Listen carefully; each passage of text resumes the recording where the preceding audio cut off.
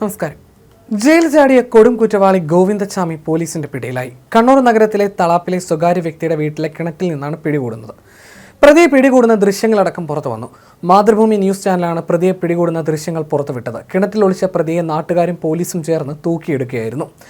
കണ്ണൂർ അതീവ സുരക്ഷാ ജയിലിൽ നിന്ന് ചാടിയ പ്രതിക്കായി പോലീസ് വ്യാപക തിരച്ചിൽ നടത്തുന്നതിനിടെ തളാപ്പ് പരിസരത്ത് വെച്ച് ഒരു കൈയില്ലാത്ത ഒരാളെ സംശയകരമായി കാണുകയായിരുന്നു. ഗോവിന്ദച്ചാമി എന്ന് ഉറക്കെ ഒരാൾ വിളിച്ചതോടെ ഇയാൾ സമീപത്തെ കാട് പിടിച്ചു കിടക്കുന്ന പ്രദേശത്തേക്ക് ഓടി. പ്രദേശത്തുണ്ടായിരുന്നവർ ഉടൻ തന്നെ പോലീസിൽ വിവരം അറിയിച്ചു.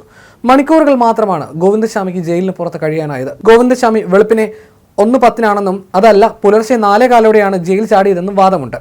രാവിലെ 10:00 ഇയാൾ പോലീസിന്റെ കയ്യിൽ അകപ്പെടുകയും ചെയ്തു. തളാപ്പിലുള്ള കണ്ണൂർ DCC ഓഫീസ് പരിസരത്ത് വെച്ചാണ് ഗോവിന്ദച്ചാമിയെ കണ്ടതായിട്ടുള്ള സൂചനകൾ ലഭിച്ചത്. 9 മണിയോടെയാണ് ഇത്തരത്തിലുള്ള ഒരാളെ കണ്ടത്.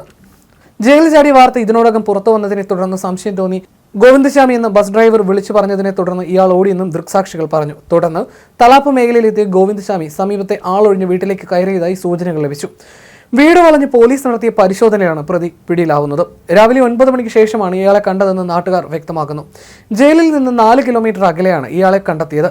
പിടികൂടുമ്പോൾ പ്രതിക്ക് ഷർട്ട് ഉണ്ടായിരുന്നില്ല. ഗോവിന്ദച്ചാമി ജയിൽ ചാടിയ വിവരം അധികൃതർ അറിഞ്ഞത് 5 മണിക്കൂർ കഴിഞ്ഞാണ്. രാവിലെ പരിശോധനയ്ക്കിടയിലാണ് ഗോവിന്ദച്ചാമി സെല്ലിൽ ഇല്ലെന്ന വിവരം മനസ്സിലാക്കുന്നത്.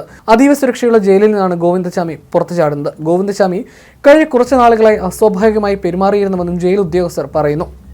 മതിൽ തുറന്ന് രക്ഷപ്പെടാൻ ശ്രമം നടത്തുകയും ഉദ്യോഗസ്ഥരുടെ മേൽ മലം വാരി എറിയുകയും ചെയ്തിരുന്നതായും അധികൃതർ പറഞ്ഞതായി ചില മാധ്യമങ്ങൾ റിപ്പോർട്ട് ചെയ്യുന്നു. അതേസമയം അതീവ സുരക്ഷയുള്ള ജയിലിൽ നിന്ന് ജീവപര്യന്ത തടവ് ശിക്ഷ അനുഭവിക്കുന്ന ഗോവിന്ദച്ചാമി രക്ഷപ്പെട്ടതും വലിയ ആശങ്കയുളവാക്കുന്ന സംഭവം കൂടിയാണ്. ജയിൽ കമ്പി മുറിച്ചാണ് ഇയാൾ രക്ഷപ്പെട്ടത്. ഇലക്ട്രിക് ഫെൻസിംഗ് പ്രവർത്തിച്ചില്ല എന്നും കരുതപ്പെടുന്നു. ഒരു കൈയില്ലാത്ത ഗോവിന്ദച്ചാമി അരം പോലുള്ള ആയുധം ഉപയോഗിച്ചാണ് സെല്ലിന്റെ കമ്പി വളച്ചതെന്നും കരുതുന്നു.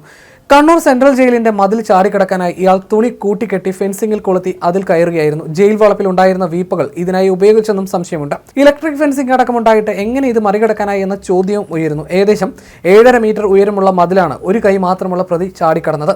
അതീവ സുരക്ഷയുള്ള ജയിലിൽ നിന്നാണ് ഇയാൾ രക്ഷപ്പെട്ടത് എന്നതാണ് ഞെട്ടിക്കുന്ന വസ്തുത. CCTV സുരക്ഷാ സംവിധാനം അടക്കം ജയിലിലുണ്ട്. ജയിൽ DGP കണ്ണൂർ സെൻട്രൽ ജയിൽ സന്ദർശിക്കാനെത്തുന്ന ദിവസം കൂടിയായ ഇന്നാണ് ഗോവിന്ദച്ചാമി ജയിൽ ചാടുന്നത്. DGPയുടെ സന്ദർശനം പ്രമാണിച്ച് ജയിലിലെ ജീവനക്കാരുടെ ശ്രദ്ധ അതിലേക്ക് തിരിഞ്ഞിരിക്കാമെന്നും ഈ അവസരം ഗോവിന്ദച്ചാമി മുതലെടുത്തതാകാമെന്നും കരുതുന്നു. ജയിലിനകത്ത് ഗോവിന്ദച്ചാമിക്ക് ലഭിക്കുന്ന പരിഗണന നേരത്തെ ചർച്ചയായിരുന്നു. രാവിലെ പരിശോധനയ്ക്കായി ജയിൽ ഉദ്യോഗസ്ഥർ എത്തിയപ്പോഴാണ് രക്ഷപ്പെട്ട വിവരം അറിയുന്നത്. തമിഴ്നാട് വിരുദ്ധാചലം സ്വദേശിയാണ് ഗോവിന്ദച്ചാമി. ചാർലി തോമസ് എന്ന പേരിലും ഇയാൾക്കെതിരെ തമിഴ്നാട് പോലീസ് രേഖകളിൽ കേസുകളുണ്ട്. 2011 ഫെബ്രുവരി 1 കൊച്ചി ഷൊർണൂർ പാസഞ്ചർ തീവണ്ടിയിൽ സഞ്ചരിച്ച കൊച്ചിയിലെ സ്വകാര്യ സ്ഥാപനത്തിലെ ജീവനക്കാരിയായ പെൺകുട്ടിയെ ക്രൂരപീഡനത്തിന് ഇയാൾ വിധേയമാക്കിയത്. ഫെബ്രുവരി 6 തൃശൂർ മെഡിക്കൽ കോളേജിൽ വെച്ചാണ് ഈ പെൺകുട്ടി മരിക്കുന്നത്. കോളിളക്കം സൃഷ്ടിച്ച കേസിൽ ഗോവിന്ദച്ചാമിക്ക് വധശിക്ഷ വിധിച്ചിരുന്നെങ്കിലും സംശയത്തിന് ആനുകൂല്യം കണക്കിലെടുത്ത് വധശിക്ഷ സുപ്രീം കോടതി 2016 റദ്ദാക്കി ജീവപര്യന്തമായി മാറ്റുകയായിരുന്നു.